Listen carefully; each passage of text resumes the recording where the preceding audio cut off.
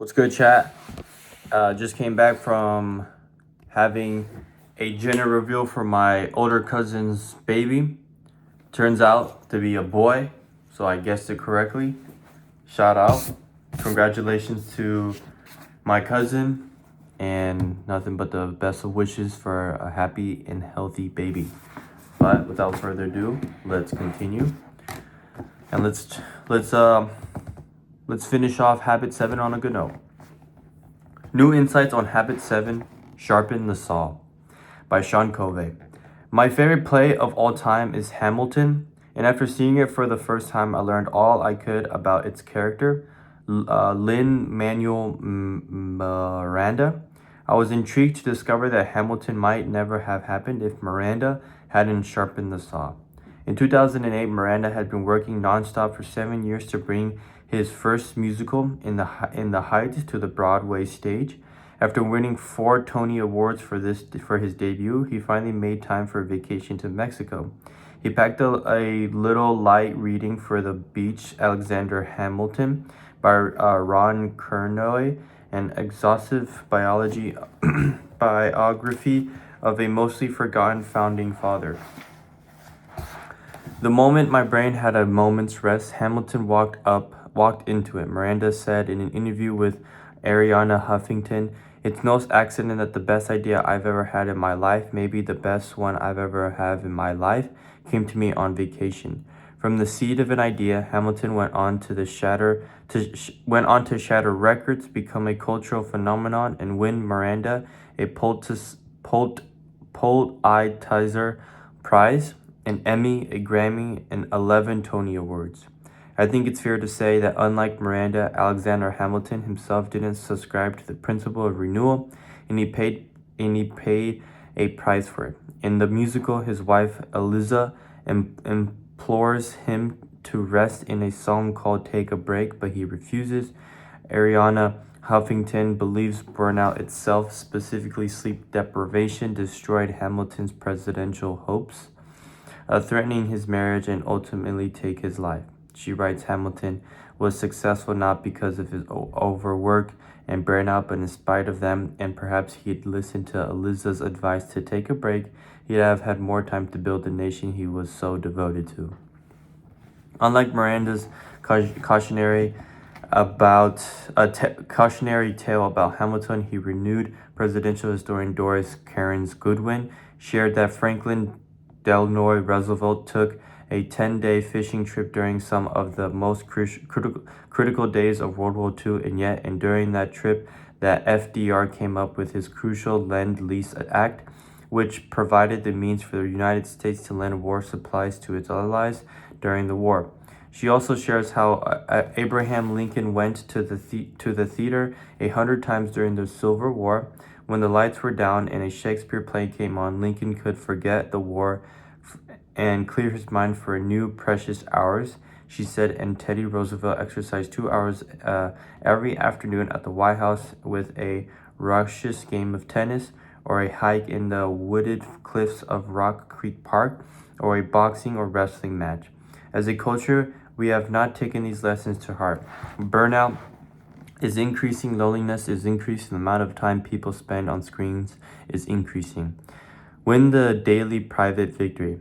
I've gotten stuck in this trap too, but I've learned that I can't afford not to sharpen the saw. During a very busy time of life, I came home from work one day to discover that my wife and daughter, without my input, had purchased a 3-foot macaque housed in a cage in the size of our kitchen table.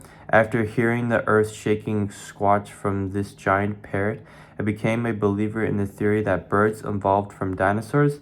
That first night, the shrieks were so loud that 2 of our neighbors called to make sure everything was okay. We were all so busy, the last thing we needed was another pet. Why didn't you discuss this with me? I fumed. I was caught off guard by the whole thing, and I ended up buying some impolite things to my wife, Rebecca, that night. The next morning, I woke up tired and feeling like I was too busy to sharpen the saw that day. But on cue, I heard my dad's voice in the back of my head saying, "Have you ever been too busy driving to take time to get gas?" So I got up, went downstairs, and worked out for half an hour. then read and planned for the day. And while I was reviewing my mission statement and personal goals, my conscience reminded me of the rude things I'd said to Rebecca the night before about the bird. So after getting ready for work, I sat down with my wife to apologize. It was good that I did. She made that clear. Rebecca ended up forgiving me and sent me to work with a hug. I arrived at the office prepared and fresh, which is vital because over the course of that day, I had to make several important business decisions involving millions of dollars.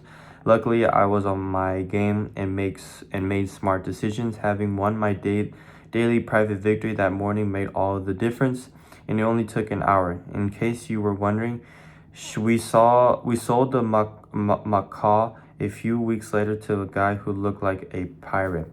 My father believed in and practiced this habit of renewal. It seemed like he was forever riding this stationary bike while reading books and magazines. So many impressions, ideas come to him in the wee hours of the morning, so he kept that time sacred. He worked hard and traveled a ton, but he always scheduled downtime and especially loved taking family vacations to his cabin in Montana. While there, he'd get up early and go on long mountain bike rides, making stops along the way to read and think. One of the undeniable impressions of my youth was seeing him return from these morning rides full of enthusiasm and affirmation and saying something like, "I had the greatest idea come to me this morning." His energy was contagious. Even with the demands of a large family, he woke up early and went to bed early. Over weekends and at family reunions, the best of us would go to the movies, eat junk food, and stay up late chatting. We'd look around and say, "Where's Dad?" And he'd have gone to bed. Everybody else would sleep in, and he'd be up at the crack of dawn, exercising, thinking, reading, writing. He'd say, "Kids, you need to read more. I'm reading 10 books a week." And we'd say, "No, you're not. You just skim the books. You don't read them. That doesn't count." He also loved spending time with Mom, going on long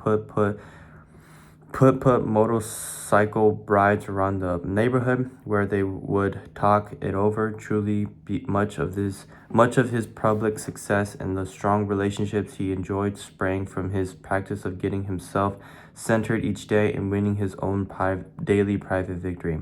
The fact is, we humans are made up of 4 parts: body, heart, mind, and spirit.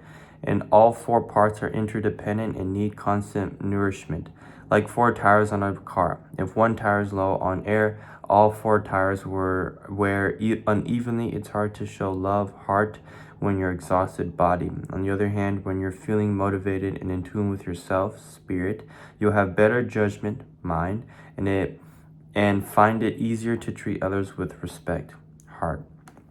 Since Sharpen the Saw is a quadrant 2 activity, important but not urgent, and won't just happen. You must happen to it by making it a priority. But like all quadrant 2 activities, the return on the time and energy you spend sharpening the saw is exponential. Don't ever feel guilty about taking time for yourself on flights. They tell you that if the cabin loses pressure, you should put on your own oxygen mask before assisting others. You won't be much use to your 3-year-old or best friend if you are unconscious from lack of oxygen. Rule your technology, don't let it rule you. Technology is sucking away our time and energy, dueling our saws like nothing else humans have ever encountered. Recently, I attended a presentation on helping teens manage their technology at my kids' middle school. The auditorium was so packed with parents despite for advice that I had to sit in the aisle. The presenter said teens are spending 35 hours a week in front of the screen, which is rewiring their brains. He said excessive social media often leads to depression and anxiety, and many of the popular sites encourage violence and porn and are full of predators. It was alarming. His main point was this: if you don't take control of how technology is used in your home, it will take control of your home in harmful ways. He encouraged us to work with our kids to create a family data contract, like a win-win agreement around technology use. So my wife and I sat down with the 3 kids we have living at home and worked on what we called the Cove Family Technology Contract. After reminding them that we pay for their phone plans, we agreed on many things. We set a daily screen time limit of 3 hours. Each night, phones would be charged at the docking station in the kitchen, and no one was allowed to take their phones to bed. Reluctantly, they agreed not to use their devices during mealtimes or while in the car. But I get bored, my son complained. Being bored is good for your brain, I replied, and besides, you need to learn to talk to each other. We haven't been perfect in living up to our contract. Sometimes we find our kids playing in their kids' phones in their beds, but in general, our family has followed the contract, and it's made a huge difference. Before we created it, my 11-year-old son Watt was addicted to a video game at one point. Because he was unable to keep within his agreed upon hours, we had to pull him off cold turkey, and he went through withdrawals. He was literally shaking. It was scary, but he got through it. A week later, he actually thanked me, saying, "Since I've quit the video game, I feel so much happier, Dad." This advice doesn't just apply to kids, it's applicable to all of us. For example, I have to fight my predilection for reading the news all night on my phone. While there is no one right way to manage technology in the home, I believe that not having an agreed upon family plan is just asking for trouble. If you have kids, I encourage you to come up with some kind of family data contract to help you deal with perhaps the biggest threat to our renewal and mental health we have ever seen. Let's not allow our screens to consume us. The ancient Greeks' famous saying, nothing over much, is a good reminder that all things must be done in moderation, including our technology. A woodsman once said, "Give me 6 hours to chop down a tree, and I will spend the first 4 sharpening the axe or saw." The point is the same. So many jobs in today's knowledge work or age depend on wise decisions and good judgment. So much of our happiness depends on the quality of our relationships. You may think you don't have time to exercise. Go to lunch with a friend, read a book, write in your journal, attend the conference, take a break, or go on a family vacation. In reality, you don't have time not to.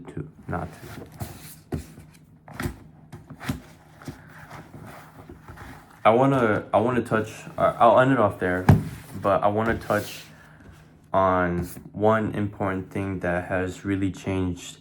I would say probably the trajectory of my life when it comes to self-fulfillment and happiness, and that is staying away from technology and honestly completely stepping away from social media.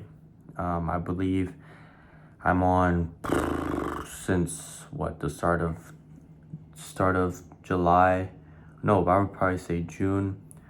I want to say 7 months now, 8 months now that I've been completely off social media. No Instagram, no Snapchat, no TikTok, no Twitter, no Facebook. I kid you not, but what the book is saying, you are a lot happier. Even to what the kid was saying, I'm a lot happier with myself. But one thing that the dad preached on the kid is that you want to go out there and talk to people. And I feel like I've seen myself talk to more people than I've ever have in a very long time. And I think it's helped me out completely, not even from a social standpoint, but also from a communication standpoint, how to communicate to different people, what it's like to communicate to different people, gauging what kind of humor to use, what kind of humor not to use, how different so many people are when it comes to certain matters or certain topics or certain issues or certain situations.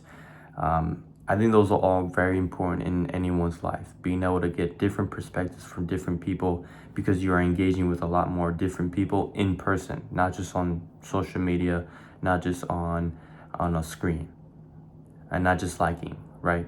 It's completely different when you're one-on-one, being able to gauge, their facial expressions, their tone, their demeanor, but also their body language. But apart from that, what kind of wisdom or what kind of experience or insights they have that you might not, or different perspective that you might not be able to capture while being on a phone. And as most of us know, that social media is a place or a platform for people to display the very positive things about them, and to only display that. but in reality, we all have different failures. We all have different things that we don't appreciate about each other or about ourselves, and that's the beauty about being able to meet someone in person and be able to talk to someone in person. So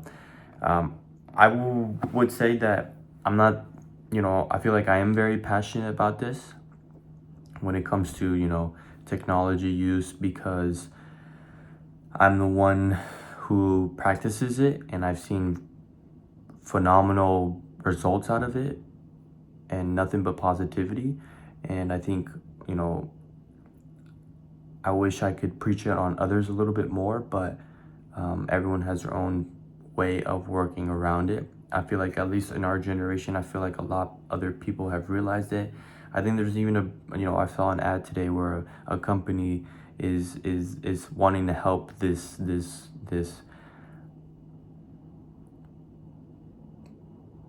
negative impact on people's lives, where they're building in a little cube called brick, where it limits your app use, and the only way for you to access it is if you tap on it. So if you're away from it, you can't access any of your apps unless you come back and you tap on the brick. So I thought that's a smart idea.